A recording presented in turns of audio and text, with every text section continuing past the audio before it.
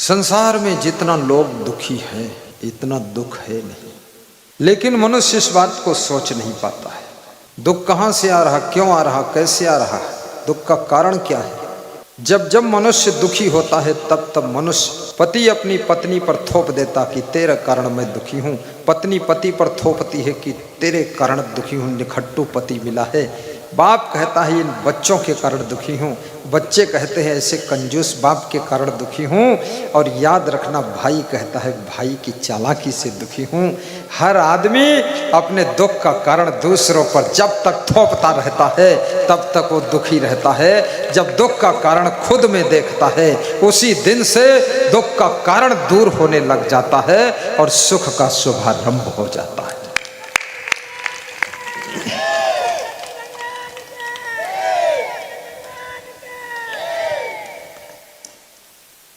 परंतु रामचरितमानस कहती है जो जस करे सो तस फल चाखा।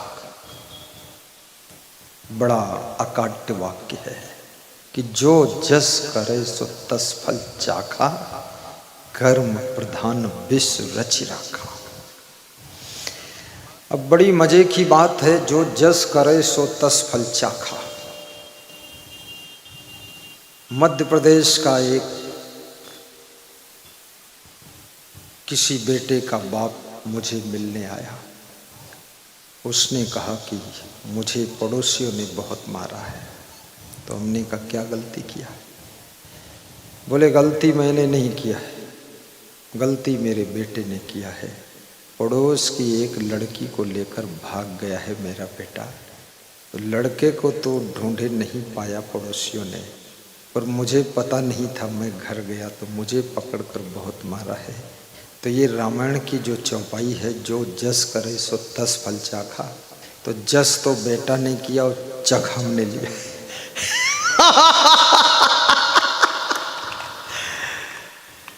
बेटे की गलती का फल, बाप की गलती का फल, पत्नी की गलती का फल, पति की गलती का फल कौन कौन चख रहा है। रामायण कहती है जो जस करे सो तस फल चाखा। लेकिन यहां जीता जागता उदाहरण है, बेटे ने जस किया लेकिन बाप को फल चखना पड़ा, पिटाई बाप की हुई। तुम्हारे बच्चों की गलती के कारण तुमको अपमान का फल चखना पड़ता है। कर्म तो बच्चों का है पर फल तुमको भी चखना पड़ता है। क्यों? क्यों? क्योंकि जिंदगी जुड़ी हुई है, जॉइंट लाइफ है। इसलिए याद रखना, जिस समय लक्ष्मण को जोश आ गया और लक्ष्मण ने कहा कि मैं सुग्रीव को मारूंगा, तो राम ने लक्ष्मण को समझाया और ठंडा कर दिया। क्योंकि अगर लक्ष्मण सुग्रीव को मार देते तो बाली तो दुश्मन था ही, मर चुका था, लेकिन सुग्रीव का पूरा संगठन भी दुश्मन बन जाता। बाली और सुग्रीव दोनों के वध होने के बाद भगवान श्री राम को मालूम हो गया था कि लक्ष्मण सुग्रीव को मारेगा और सुग्रीव को मारने का फल हमको भी चखना पड़ सकता है, इसलिए रोक लिया। सीता जी रेखा लांघ गई, लेकिन भगवान को भी दुख का फल चखना पड़ा। भगवान विक्षिप्त हो गए, डिस्टर्ब हो गए। भगवान का माइंड चिंतन खो देता है, और भगवान की विरह व्यथा में क्या दशा होती है। पंछियों से पूछ रहे हैं, वृक्षों से पूछ रहे हैं, पशुओं से पूछ रहे हैं, हे खग मृग मधुकर श्रेणी। मधुकर माने भौरे, भौरों से भी पूछते हैं, हे खग मृग मधुकर श्रेणी, तुम देखी सीता मृग नैनी। तुमने मृग नैनी जैसी आंखें थी मेरी सीता की, उनको देखा है। लक्ष्मण मुस्कुराते हैं कि मेरे भाई साहब को क्या हो गया है। ये वृक्षों से पूछ रहे हैं, भौरों से पूछ रहे हैं। सीता के कुंडल रास्ते में मिलते हैं। राम ने लक्ष्मण से कहा, लक्ष्मण ये कुंडल पहचानो क्या सीता जी के। राम का मन इतना दुख से भर गया है कि कुंडल पहचानने की भी बुद्धि नहीं रह गई है। याद रखना, विरह व्यथा, वियोग व्यथा ऐसी खतरनाक है, इंसान तो इंसान, भगवान की बुद्धि भी फेल हो जाएगी। इस व्यथा में फंस मत जाना। कितने लोग फंसे हैं और यहीं बैठे हैं बेचारे।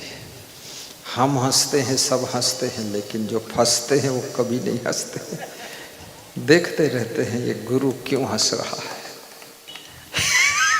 ये विरह वियोग, इसलिए विरह को विरहाग्नि कहा गया है। विरह अग्नि,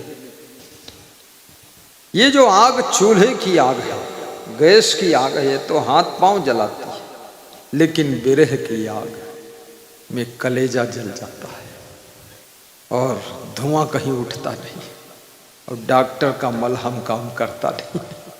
कितने डॉक्टर भी विरह अग्नि में जल रहे हैं। हम ही मलहम देते हैं, इस अग्नि का मलहम हमारे पास। मैं बहुत बड़ा इलाज करता हूँ, और मैं ऐसा इलाज करता हूँ लोगों का,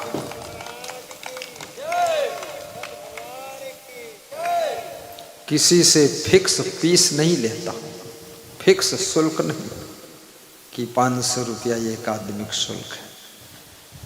स्वतंत्र है, कोई फ्री में इलाज करा के चला जाता है हमारे पास से। कोई उधर ही इलाज करा लेता, पंडाल में कुर्सी बैठ के उधर ही निकल लेते। 10 रुपया कुर्सी की बैठाई भी फीस नहीं देते, फ्री में होई बाबा चलो। तो हमारा ट्रीटमेंट स्वतंत्र ट्रीटमेंट। जिसकी श्रद्धा जग गई वो ओम प्रकाश बनकर सत्संग भी करा देता है, रमेश बनकर सत्संग कराता है, सुभाष चौरसिया बनकर सत्संग कराता है, शिवाधार बनकर सत्संग कराता है। श्रद्धा बन गई, ये कोई आसान बात नहीं। मानसिक रोग का इलाज केवल गुरु करता है, और वो भी हर गुरु के बस का भी नहीं है, क्योंकि कई गुरु स्वयं मानसिक रोग से ग्रस्त है। कितने गुरुओं को देखा वे स्वयं पान मसाला बहुत खाते हैं, पान भी खाते हैं और पान मसाला भी खाते हैं, तंबाकू भी खाते हैं, गुड़ाखू भी घिसते हैं, और बीड़ी भी पीते हैं, और सिगरेट पीते हैं। उसके बाद कबीर का दोहा बोलते हैं कि गुरु गोविंद दो खड़े, बीड़ी सिगरेट दो खड़े, और काके पीऊं पहले। नशा नशा बहुत गंभीर दशा, दशा दुर्दशा। कोई नशा ना हो आप में, सत्संग का नशा केवल होना चाहिए। फिल्म का नशा भी न चढ़ने पाए, फिल्म का नशा। कल एक भक्त ने गाया था, एक छोटी सी लड़की, तो आज मैं उस भगत को बुलाया। हमने कहा ऐसा गीत मत गाना, ये छोटी सी लड़की 1 मिनट में बड़ी सी लड़की हो सकती। बोला आप कभी नहीं गाऊंगा। हमने कहा फिल्मी मत मारना, फिल्मी गीत से रिझाया जा सकता है, लेकिन किसी को जिंदगी का रहस्य समझाया नहीं जा सकता है, इसलिए फिल्मी खत्म।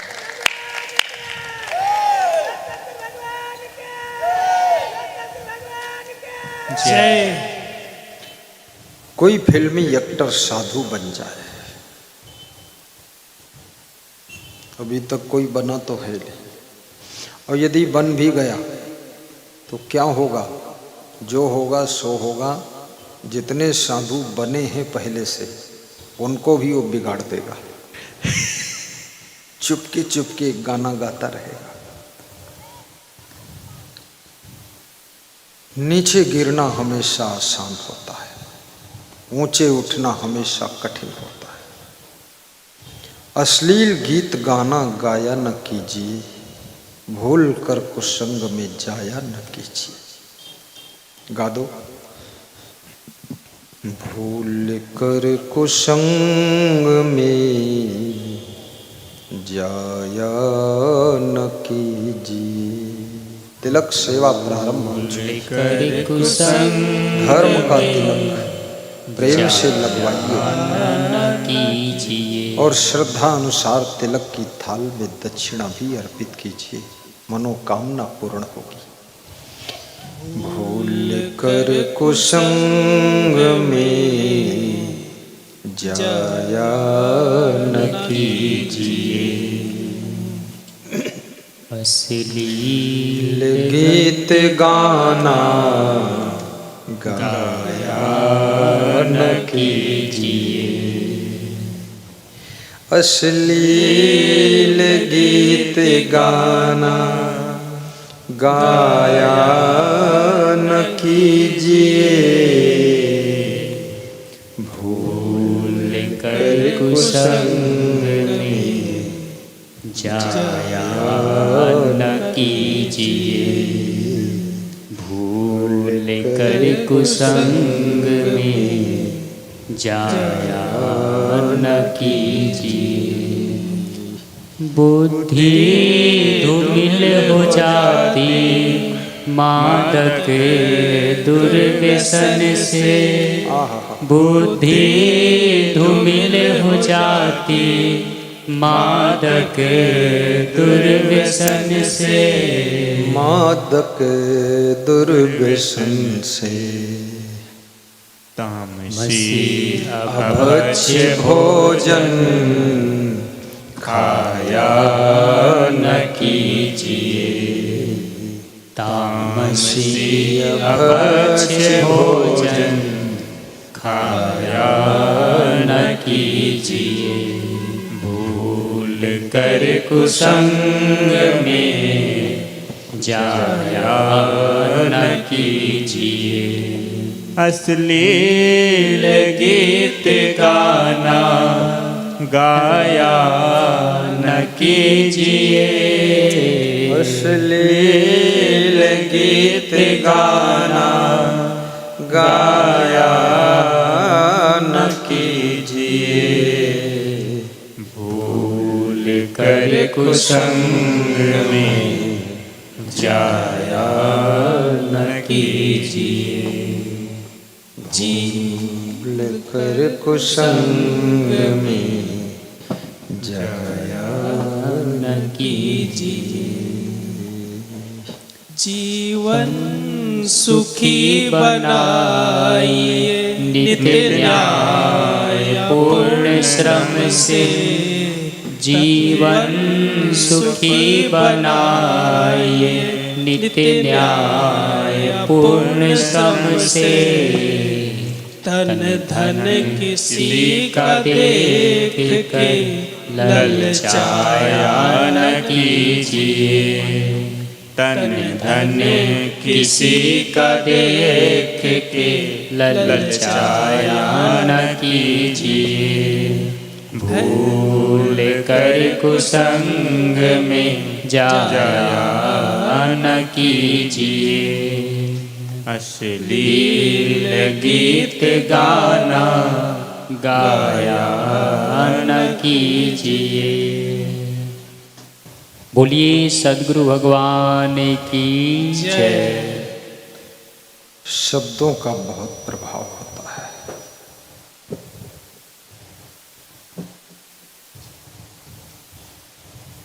अश्लील गीत गाने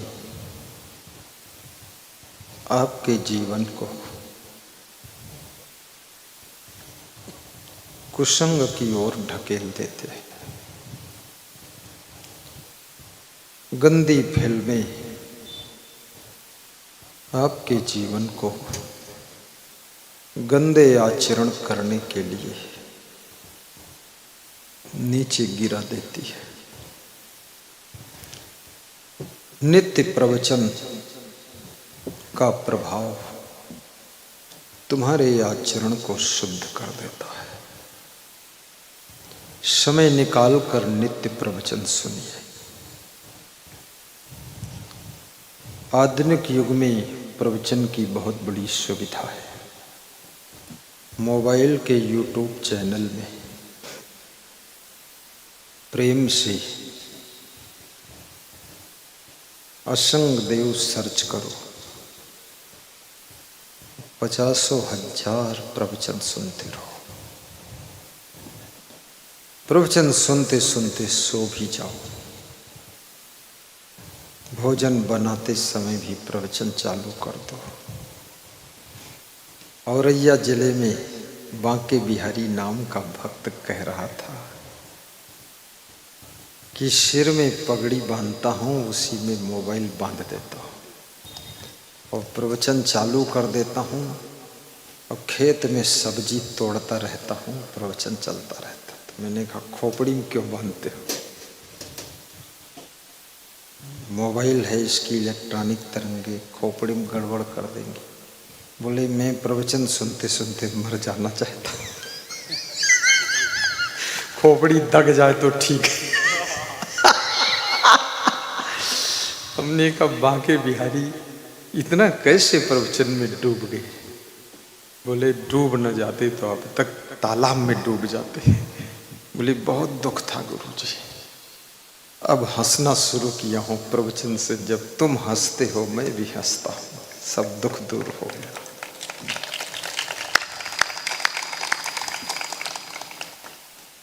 भगवान श्री राम सीता के विरह वियोग में दुखी है, परंतु भगवान राम बेहोश नहीं है। ये तो संसारियों को दिखा रहे हैं, लक्ष्मण को समझा रहे हैं कि लक्ष्मण सुग्रीव के साथ में युद्ध नहीं करना है, सुग्रीव को प्रेम से बुला कर लाना है। क्योंकि जिनके शत्रु चारों तरफ उत्पन्न हो जाते हैं वह लोग बिना युद्ध के भी हार जाते हैं। इसलिए वनवास के अंदर एक ही शत्रु काफी है, जिसका नाम रावण है। अब दूसरे शत्रु मत बनाइए।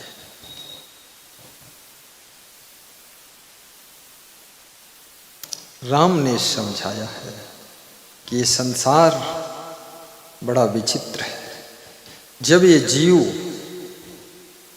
गर्भ के भीतर होता है तब ये बार बार सुमिरन करता है, हे भगवान, हे सद्गुरुदेव, जल्दी से जन्म लूं, तेरा भजन सुमिरन करूं। लेकिन जब ये गर्भ से बाहर आता है तो माया में लिपट जाता है, फिर ये भगवान को भी भूल जाता है, गुरु सद्गुरु को भी भूल जाता है। गर्भवास में भक्ति कबूले, बाहर आकर उसको भूले। गर्भ में जीव 9 महीने उल्टा लटका रहता है, शीर्षासन, और बाहर जन्म लेने के बाद सीधा हो जाता है। सीधा होने पर फिर उल्टा चलना शुरू करता है। सब उल्टी चाल, उल्टी बोली, उल्टा पलटा खान पान, सब पूरी जिंदगी तबाह कर दिया है। बेटे और बेटी को जन्म दिया था माँ बाप ने कि भविष्य में इनसे सुख मिलेगा। बेटियों का फैशन और बेटों का व्यसन माँ बाप को भारी टेंशन में डाल दिया है। बेटे डूबे हैं व्यसन में और बेटियां बहुएं डूबी हैं फैशन में, तो माँ बाप डूब गए हैं टेंशन में। बड़ी आशा के साथ जन्म दिया था और ये भी कहते थे बच्चे का माथा बहुत चौड़ा है, और ऐसा चौड़ा माथा कि बाप का माथा ही काट डाला है। दुर्दशा हो गई है। माँ बाप को हंसाना भी सीखो, खुश करना भी सीखो। पुत्र और पुत्री वह है जो 24 घंटे में 2-3 बार अपने माँ बाप को खुश कर देता हो, हंसा देता हो। मैं मध्य प्रदेश में एक घर में पधरौनी गया तो माँ बाप रोने लगे। तुमने कहा क्यों रोते हो? बोले रोते इसलिए हैं, दिन भर में 3-4 बार मेरी बेटी हम सबको हंसाती थी, अब वो चली गई। तो हमने कहा मर गई क्या? बोले मर नहीं गई, ससुराल चली गई। तो हमने कहा तो मोबाइल में बात करके हंस लिया करो। अरे बोले सामने की बात ही कुछ और थी। जिस दिन से बेटी विदा हुई है, कहने को तो बेटी विदा हुई है, सच में मेरे घर की खुशियां विदा हो गई है। ऐसी बेटी बनो। बेटियां अपनी जिद को छोड़ दें, हट को छोड़ दें, फैशन को थोड़ा कम कर दें। ये फटे कटे लटे उटंगे पटंगे कपड़े न पहने। ऐसे कपड़े पहनो जैसे कपड़े तुम्हारे माँ बाप को पसंद है, मर्यादित कपड़े, तो माँ बाप निश्चिंत हो जाएंगे। जो बेटी ज़्यादा फैशन करती है, माँ बाप की टेंशन बढ़ जाती है कि अभी शादी भी नहीं हुई है और सजती धजती इतना है, इसके सजने की सज़ा कौन भोगेगा। ज़्यादातर बेटी और बहुएं जब ज़्यादा सजती धजती हैं तो उनके सजने की सज़ा माँ बाप और सास ससुर ही भोगते रहते हैं। हाँ, सजना धजना। सज्जन बनो। सज्जन से बड़ा आभूषण क्या है? कोकिला रूपाणाम स्वरो रूपाणाम। कोयल का सुंदर रूप यदि कुछ है तो उसका मीठा स्वर है। कोयल का शरीर सुंदर नहीं होता है, लेकिन कोयल की बोली बहुत सुंदर होती है। कोयल जब बोलती है तो उसके रंग रूप को लोग नहीं देखते हैं, सिर्फ इसकी बोली को देखते हैं और सुनते हैं और दोहराते हैं।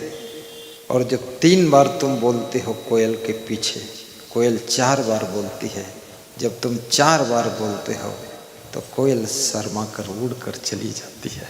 वो समझ जाती मुझसे कोई मूर्ख कंपटीशन कर रहा है।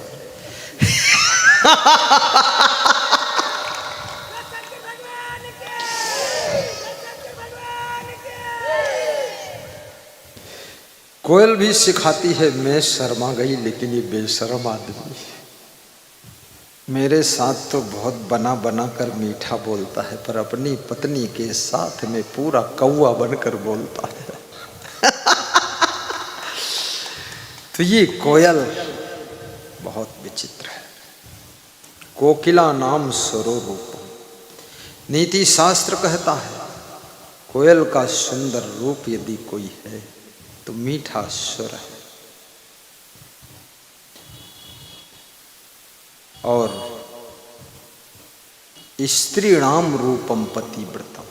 देखिए भारत देश है, यहाँ भारतीय संस्कृति ऋषि मुनियों के संस्कार खून के कतरे कतरे में व्याप्त है। ये संस्कारों का देश है। विदेशियों की कल्चर ने हमारे देश की संस्कृति को विकृति में बदलने की कोशिश किया है। ये अंग्रेजों के संस्कार, ये और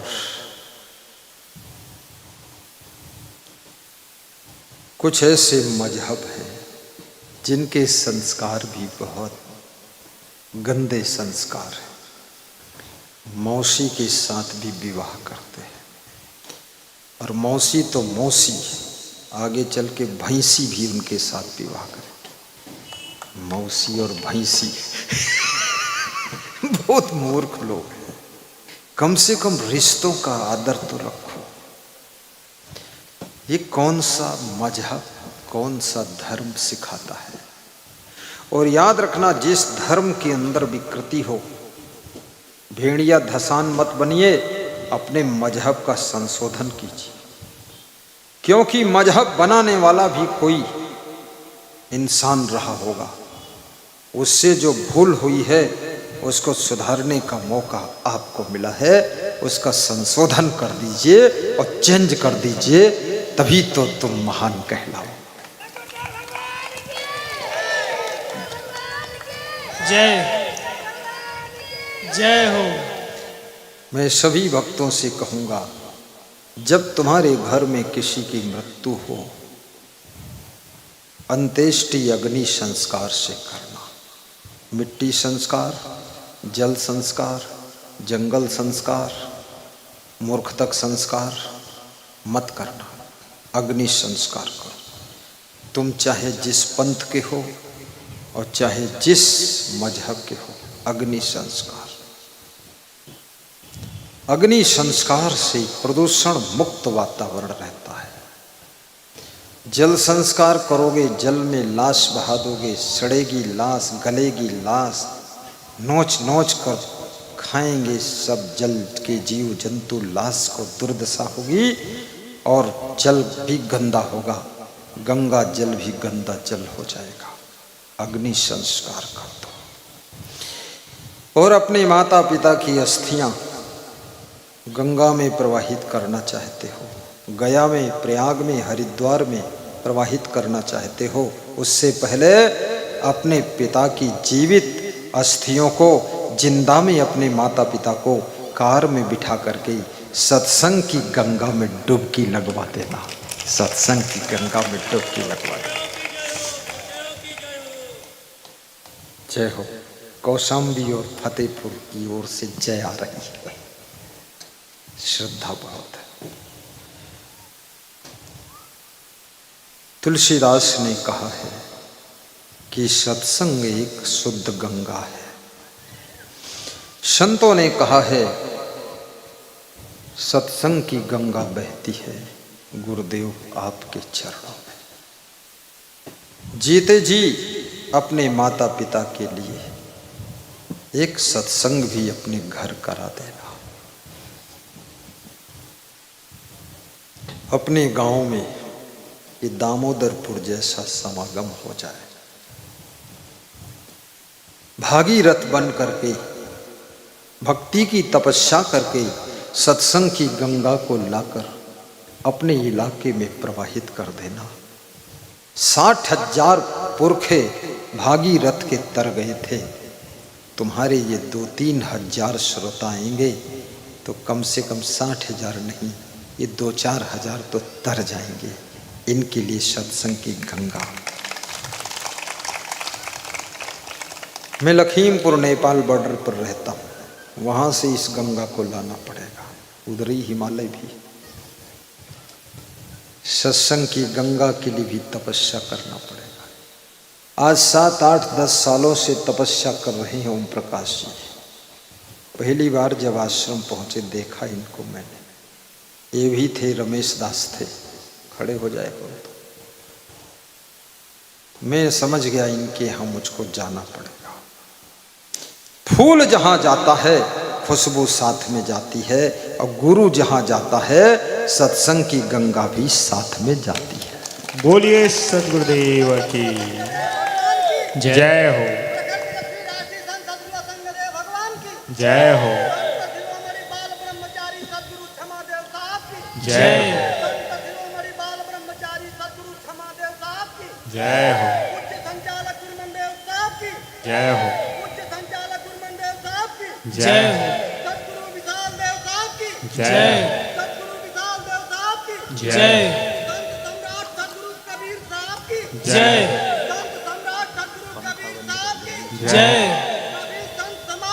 जय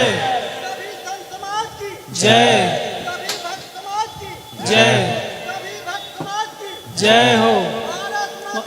जय जय जय जय जय गंगा जमुना सरस्वती की जय आज के आनंद की जय आज के आनंद की जय हो साहेब बंदी। महान भक्त श्री शिवाधर जी जिला समाज कल्याण अधिकारी हैं प्रयागराज के। आजमगढ़ में एक बार इन्होंने भी सत्संग की गंगा प्रवाहित किया है। अब इनकी इच्छा बनारस की भी है कि बनारस में गुरु के ज्ञान रस की धारा बहनी चाहिए। संजय प्रभु की भी इच्छा है बनारस में ये रस टपकना चाहिए। बनारस हाथ रस, जलेबी रस, राम रस, कृष्ण रस, भक्ति रस। को राम रसिक रस पियहुगे, को राम रसिक रस पियहुगे, पियहुगे जोग जियहुगे, पियहुगे जोग जियहुगे। ओ राम रसिक रस पियहुगे, को राम रसिक रस पियहुगे।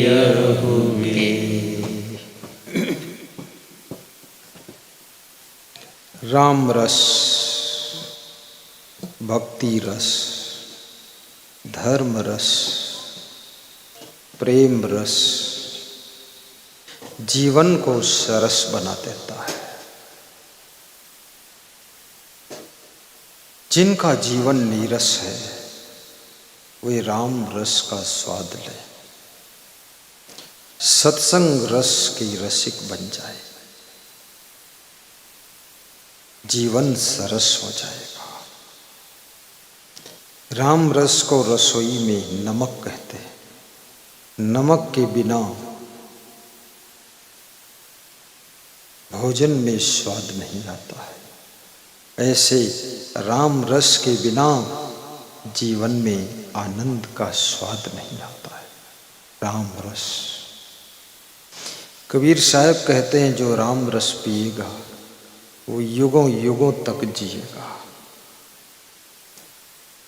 धीरे धीरे वो राम रस का पान करते करते भीतर छुपे हुए आत्मा राम का बोध प्राप्त करेगा और आत्मा राम के स्वरूप को समझने के बाद ये ज्ञान हो जाता है कि मैं अमर हूँ, अजर हूँ, अविनाशी हूँ, अखंड हूँ, मैं आत्मा हूँ। आत्मा परमात्मा का रूप है। फिर तुम्हें मृत्यु का भय भी खत्म हो जाता है, क्योंकि तुम शरीर नहीं हो। शरीर की मृत्यु होती है परंतु तुम अमर आत्मा हो। इस आत्मा की मृत्यु ही नहीं होती। जब इस आत्मा की मृत्यु ही नहीं होती है तो तुम मरने को डरती क्यों हो?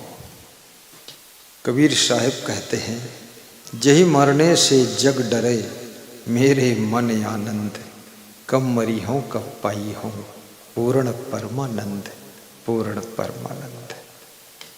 जिस मृत्यु को सारा संसार डरता है उस मौत का नाम सुनकर मेरे मन में आनंद उठ रहा है और मैं इंतजार कर रहा हूँ कि कब मैं मरूंगा, कब मैं पाऊंगा उस पूर्ण परम आनंद को, जिसको पाने के लिए मेरी जिंदगी तलाश रही थी। वो परम आनंद इस शरीर के झंझट खत्म होने के बाद प्राप्त होगा। इसलिए मरने से पहले इस शरीर के मोह को मारूं, ममता को मारूं, इस शरीर के भीतर उत्पन्न हुए काम क्रोध को मारूं, ईर्ष्या द्वेष को मारूं और ज्ञान की तलवार उठाइए, काम क्रोध के राक्षसों का वध कीजिए, तब तुमको शांति रूपी सीता की प्राप्ति होगी, शांति रूपी सीता की प्राप्ति होगी। जय। धन्य हो राजेंद्र साहू, आपकी जय में जान है। यही तुम्हारी भक्ति की पहचान है। तुम भक्त गुरु के महान हो, साहिब बंद की।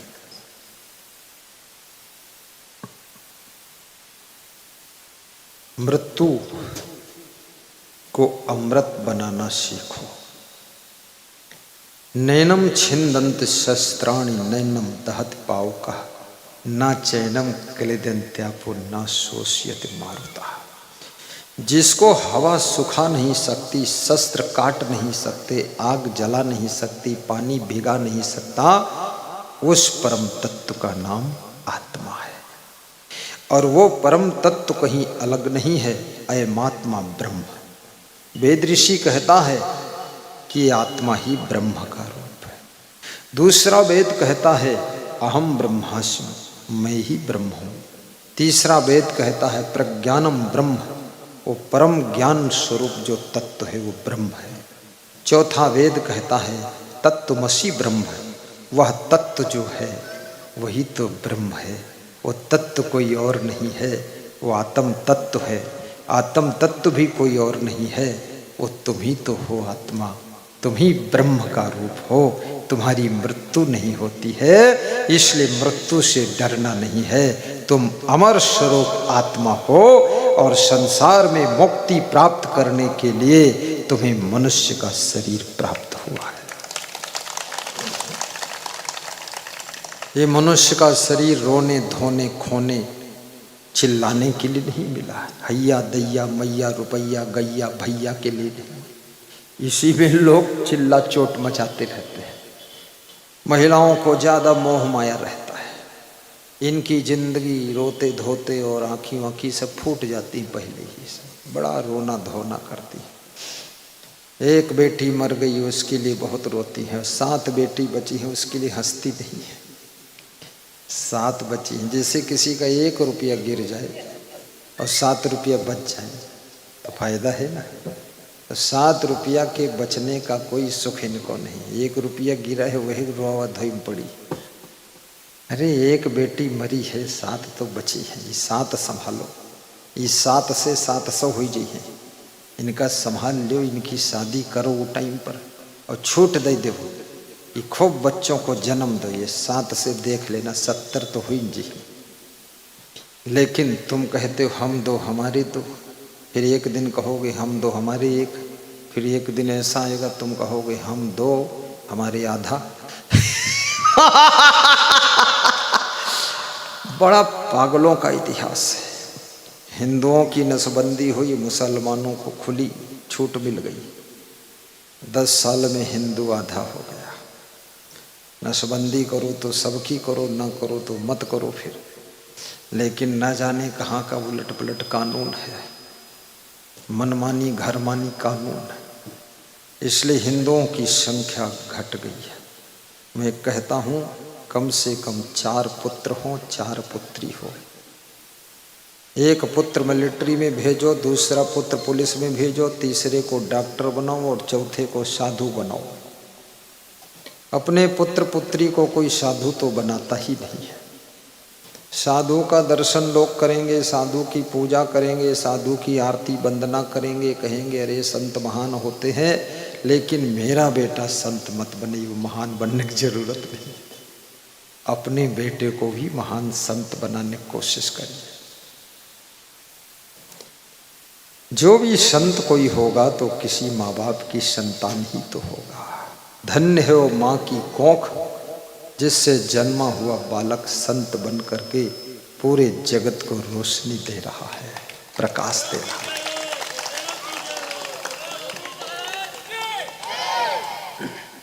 धन्य हो। मेरे गांव में एक संत आए थे बनारस से, उनका दर्शन मेरी माँ ने किया था। देख करके माँ ने सोचा था मेरा भी बेटा कोई संत होता, महान संत बनता। कुछ दिनों के बाद मेरा जन्म हुआ, फिर मैं बड़ा हुआ, संत बनने की बात मैंने रख दिया कि मैं संत बनूंगा। माँ बहुत खुश हुई कि मैं तो तेरे जन्मने से पहले ही सोचा था एक बेटा संत हो जाए। पिताजी ने कहा कि चलो संत बनो, लेकिन फिर महान संत बनना। हमने कहा जितना महान तुमने सोचा है उससे डबल महान बनूंगा। पिताजी भी खुश हो गए, माँ का मन गदगद हो गया। और अच्छे सच्चे संत बनो, ऐसे संत नहीं कि गांजा की चिलम पीते रहो संत हो। सब कलेजा जला दिया और मुंह की ओंठें जला दिया और मोछें सब लाल लाल रंग की हो गई, धुआं धुआं हो गया। और जिसके घर गए उसको भी गांजा पीना सिखा दिया। ये सब बर्बादी वाले संत मत बनो। संत ऐसे बनो जहाँ जाओ तो लोग तुमको देख करके भी नशा व्यसन का त्याग करें, बुराइयों का त्याग करें। ऐसा महान संत बन जाओ। संत हृदय नव नीत समाना। गाओ चौपाई मानस की। संत हृदय नव नीत समाना। कहा कबी ने पर कहाई न जाना। कहा कबी ने पर कहीं न जाना। कवियों ने कहा कि संतों का हृदय मक्खन के समान होता है, परंतु तुलसी ने कहा कि कवियों ने तो कहा लेकिन कहना जाना नहीं। मक्खन जैसा संत का हृदय नहीं होता है, बल्कि मक्खन को जब आग पर गर्म करो तब पिघलता है, पर संत तो दूसरों के दुख को देख करके ही पिघल जाता है। इसलिए संत हृदय मक्खन से भी ज्यादा कोमल होता है। संत हृदय नव नीते समाना। कहा कबी ने पर कहीं न जाना। गाइए सुभाष चौरसिया, दोहराइए। संत हृदय नव नीते समाना। कहा कबी ने पर कहीं न जाना। कहा कबी ने पर कहीं न जाना। संत हृदय नव नीते समाना। संत हृदय नव नीते समाना। पर दुख द्रवहि सो संत पुनीता, निज परिताप द्रवहि नौ नीता। मक्खन आग की गर्मी को पाकर पिघलता है, लेकिन महान संत का हृदय दूसरे के दुख से ही पिघल जाता है। इतना अंतर होता है। इस सभा में जितने नर नारी बैठे हैं, इनमें से भी बहुत से भक्तों का हृदय मक्खन की तरह कोमल है, करुणावान भक्त है, दयालु है और उनका मन सभी जीवों के लिए कृपा का सागर है। सबके ऊपर करुणा आ रही है। आज मेरे पास में एक चाट वाले आए। उन्होंने कहा सबको चाट खिलाऊंगा। तो मैंने कहा पहले दुकान दिखाओ अपनी। तो दुकान दिखाया। दुकान इतनी साफ थी, ठेला पर ही थी। हमारे संतों की रसोई भी शायद इससे कम साफ होगी। तो हमने कहा बना दो चाट और सब साधुओं को चटवा दो चाट। सब साधुओं ने चाट खूब चाटा है, इसलिए आज ऊँट भी चाट रहे सब, क्योंकि नमक मिर्चा खूब था। संत हृदय नवनीत समान। और जिस भक्त की चाट की दुकान थी, खड़ा हो जाए अगर यहाँ बैठा हो, और उसने ये भी कहा है कि मेरी 3 चाट की दुकान है, आज्ञा करो चौथी और लगा दो। तो मैंने कहा चौथी भी लगा दो। बोला आपका प्रवचन सुन सुनकर चाट की दुकानें 4 हो गई। अब चारों तरफ से पैसा बरस रहा है। अगर 1,500 हजार आता है तो 6,000 प्रॉफिट रोज होता है। मैंने कहा लगा दे 10-20 दुकान, फिर क्या है, एक दुकान मेरे लिए भी लगा दे। कल एक भक्त आया था, कह रहा था कि आपकी कृपा से गाड़ी लाया हूँ 9 लाख की डिजायर कार, 5% दान आप कर रहे। मेरा वेतन भी 50-60 हजार महीना है और पत्नी का वेतन है और इस कार का भी किराया आता है। अब 5% दान करूँगा। बड़ा परेशान रहता था, लेकिन बड़ी राहत मिली है सत्संग से। सत्संग ही आपके मन के कष्ट को कम कर सकता है। इसलिए भगवान श्री राम को जब 14 वर्ष का वनवास हुआ तो ऋषि मुनियों के आश्रम पर ही वो गए, क्योंकि मन में अविद्या के वियोग का दुख, पिता की मृत्यु का दुख, ये सब दुख से द्रवित हृदय ऋषि मुनियों के दर्शन से शीतल हो जाता था। और राम संतों के यहाँ ही रात ठहरते थे, कभी भगवान इधर उधर कहीं ठहरे ही नहीं। और संत महात्माओं को भी अच्छे आश्रम बनाना चाहिए, ताकि भगवान के रूप में कोई भक्त आकर तुम्हारे यहाँ ठहरेगा। अच्छे आश्रम बनाइए। जो भी दान दक्षिणा मिले, संत महात्मा उसको ठीक से सदुपयोग करके आश्रम बनाए, ताकि कोई राम बनकर, सीता बनकर, लक्ष्मण बनकर तुम्हारी कुटिया में कभी आएगा। वाल्मीकि आश्रम पर जब राम पहुंचे, सुचि सुंदर ये आश्रम निरखे हर्षे राजीव नयन, भगवान की आंखें पुलकित हो गई। इतना सुंदर आश्रम, इतना पवित्र आश्रम, जहां कोई हिंसा नहीं हो रही। वाल्मीकि का आश्रम वनवास में सबसे सुंदर आश्रम था। आश्रम सुंदर बनाइए।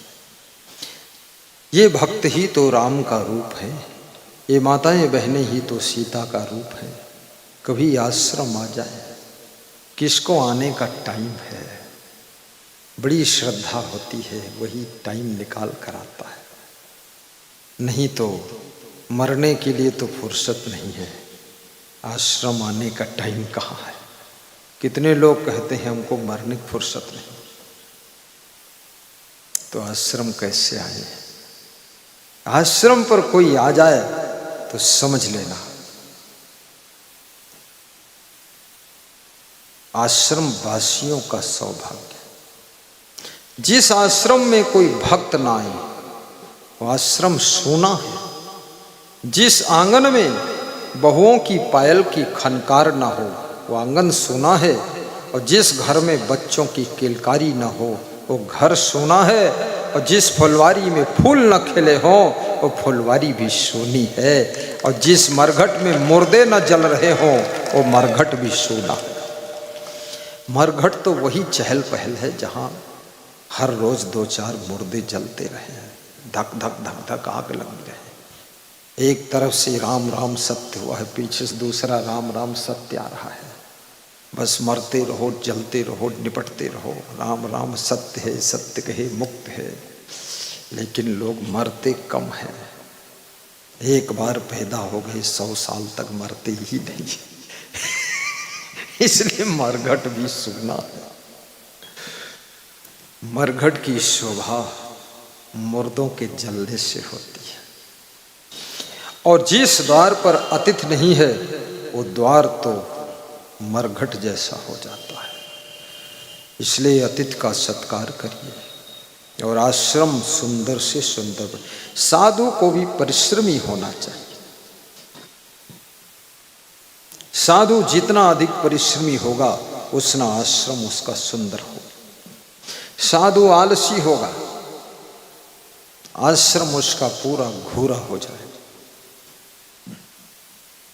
वाल्मीकि ऋषि के शिष्य बहुत परिश्रमी है। सुच सुंदर आश्रम निरखे हर्षि राज्य में। भगवान खुश हो गए। और मानव मन का स्वभाव है सुंदर चीज मनुष्य के मन को बहुत अच्छी लगती।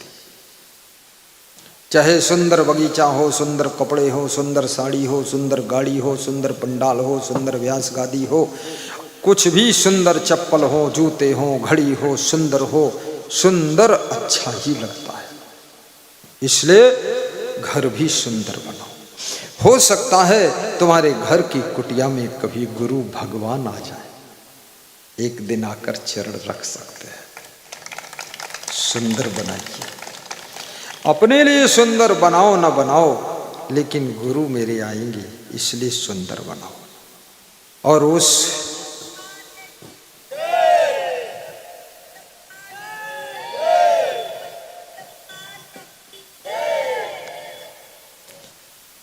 और घर ऊंचा बनाओ, कम से कम 5 मंजिल का ऊंचा, 60 फीट ऊंचा होना चाहिए।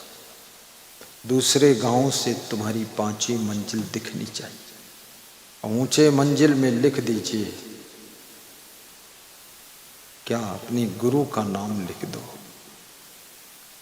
असंग देव भवन है, असंग कुटी है, असंग आश्रम है,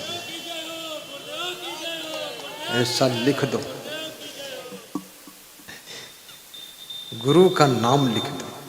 राम कुटी भगवान का नाम लिख दो। राम भवन, कृष्ण भवन, राधा कुंज। 5 मंजिल से कम ऊंचा मत बनाना। और 5वीं मंजिल पे भी उतने ही कमरे बनाना जितने नीचे। अगर 4 कमरे नीचे तो 4 ही 4 फीट जाने चाहिए, 20 कमरे हो जाए। 2-5 कमरे ज्यादा भी बनाओ।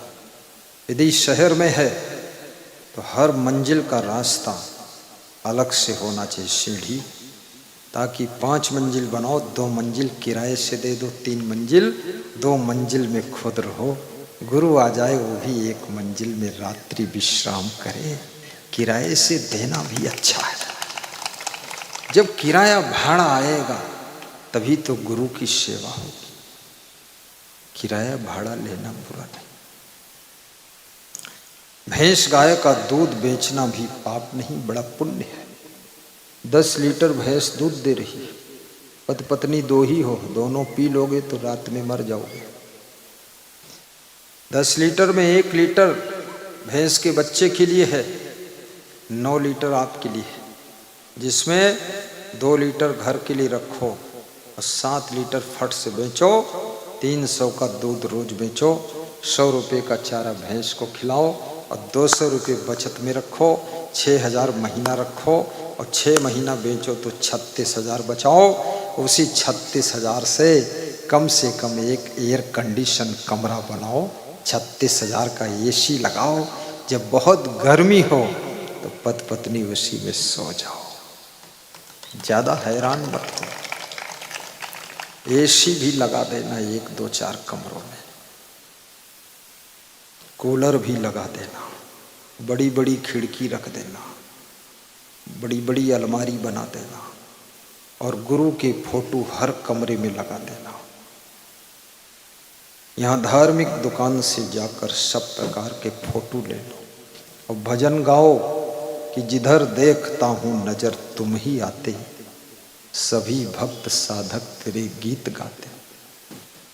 गुरु की तस्वीर का दर्शन तुम्हारी तकदीर को बदल देता है, तुम्हारी तकदीर को बदल देता है। इसलिए गुरु के चित्र लगाना चाहिए।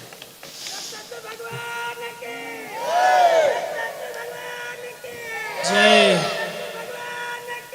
जय जय।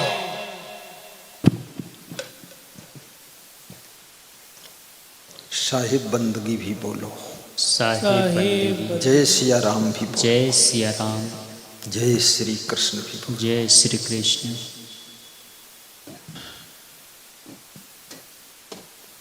गुरुदेव तुम्हारी जय जय हो,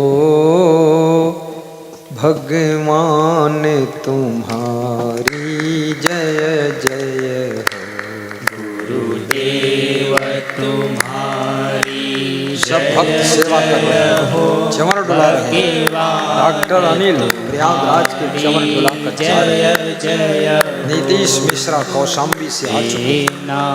लक्ष्मण जी कौशाम्बी से चमर सेवा में आ चुके हैं। जय हरे राम यादव गुरुदेव अमेठी रामगंज बाजार वाले जय चमर सेवा करके उतर रहे हैं।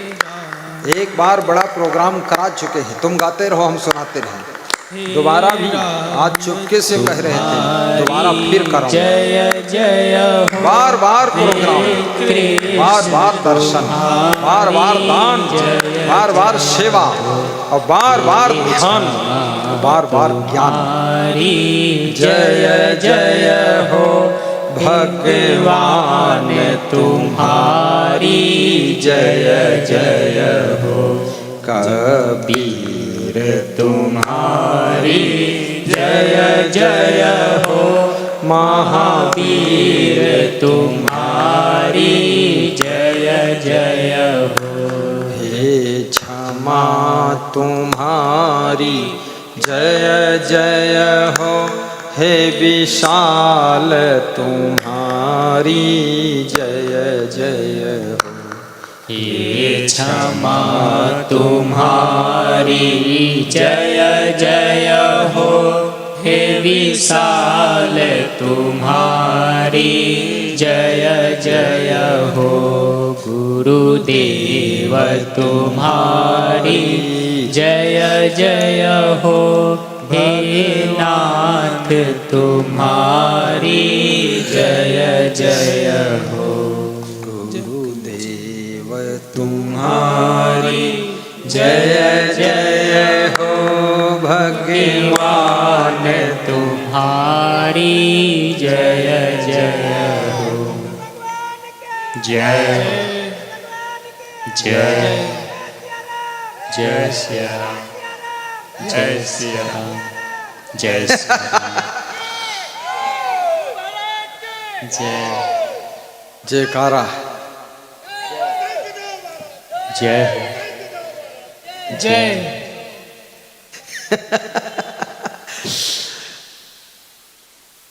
राजेंद्र साहू को ओम प्रकाश जी ने, संजय प्रभु ने गरम शाल उड़ाकर सम्मानित किया है। उन्होंने बहुत जय जयकारा बोला है, इसलिए प्रभावित हो। और हमारे महान भक्त श्री यशपाल साहब और अर्जुन सिंह रघुवंशी, इंस्पेक्टर भोपाल से, आप 3 स्टार पुलिस के अफसर भोपाल में, बहुत श्रद्धा रखते हैं और दिल से जय बोलते हैं एकदम पूरी ताकत लगा के। उनको संतों ने माला पहनाया है। अब कह रहे थे अब आपके साथ में ही रम जाऊंगा, अब अच्छा लगता है गुरु जी के साथ। जीवन को मंगलमय बनाने के लिए, सुखद बनाने के लिए श्रीमद् भगवत गीता में भगवान कृष्ण अर्जुन को समझा रहे हैं। शक्नोति है या सोढ़ुम प्राक शरीर विमोक्षणात्, काम क्रोधोद्भवम बेगम सहयुक्ता सा सुखी नरा।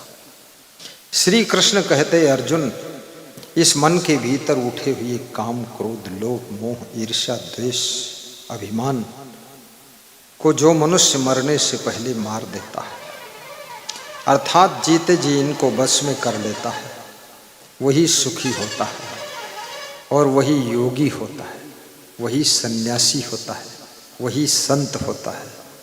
जो मरने से पहले मन के भीतर पैदा हुए काम क्रोध लोभ मोह को मारने की ताकत रखता है, उसी को योगी कहते हैं और उसी को संत कहते हैं, और वही सुखी इंसान होता है जो मन के विकारों को मारता है। आप अपने जीवन में झांक करके देखिए, अगर दुख है तो कहीं ना कहीं आपके जीवन में काम क्रोध लोभ मोह ईर्ष्या द्वेष अहंकार का प्रभाव होगा।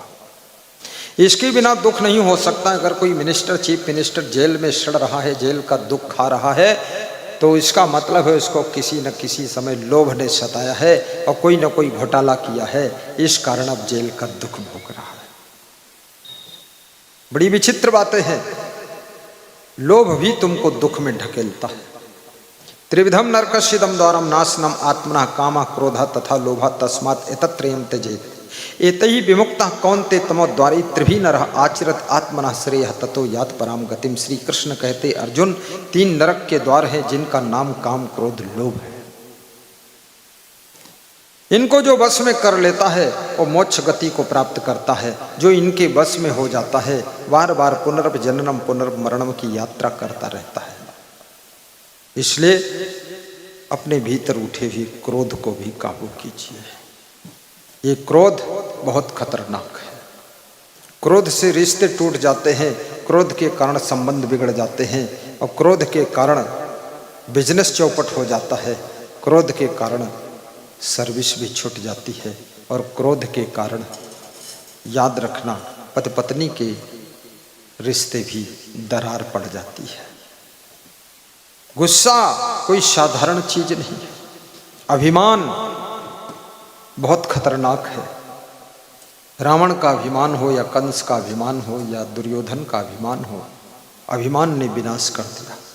राम से जब पूछा गया कि आपने रावण को मारा है, तो राम ने कहा मैंने नहीं मारा है, रावण के मैं ने रावण को मारा है। रावण के अंदर जो मैं था, घमंड था, उस कारण रावण मरा है। मैंने रावण को नहीं मारा है, रावण के मैं ने रावण को मारा है। रावण के अंदर मैं भरा हुआ था, अहंग भाव, इसलिए रावण मारा गया है। अहंकार की कार से उतर जाइए, विनम्रता के विमान पर बैठ जाइए। आपकी सुख शांति मोक्ष की मंजिल दूर नहीं है। विनम्रता का विमान तुम्हारा इंतजार कर रहा है। माता पिता की सेवा लोभ छोड़कर करो, मोह छोड़कर करो, निष्काम भाव से उनकी सेवा करो। सेवा का फल माता पिता कुछ दे न दे, सास ससुर कुछ दे न दे, लेकिन सेवा का फल सेवा ही तुमको दे देगी। सेवा से सेवा का फल मिल जाता है, और सेवा करने से सेवा का फल जरूर मिलता है। आप उनसे आशा मत करिए जिनकी सेवा कर रहे हो, आप तो निष्काम सेवा कीजिए, सेवा ही फल लेकर के आ जाएगी। जब समय पर फल पक जाएगा तो सेवा तुमको फल दे देगी।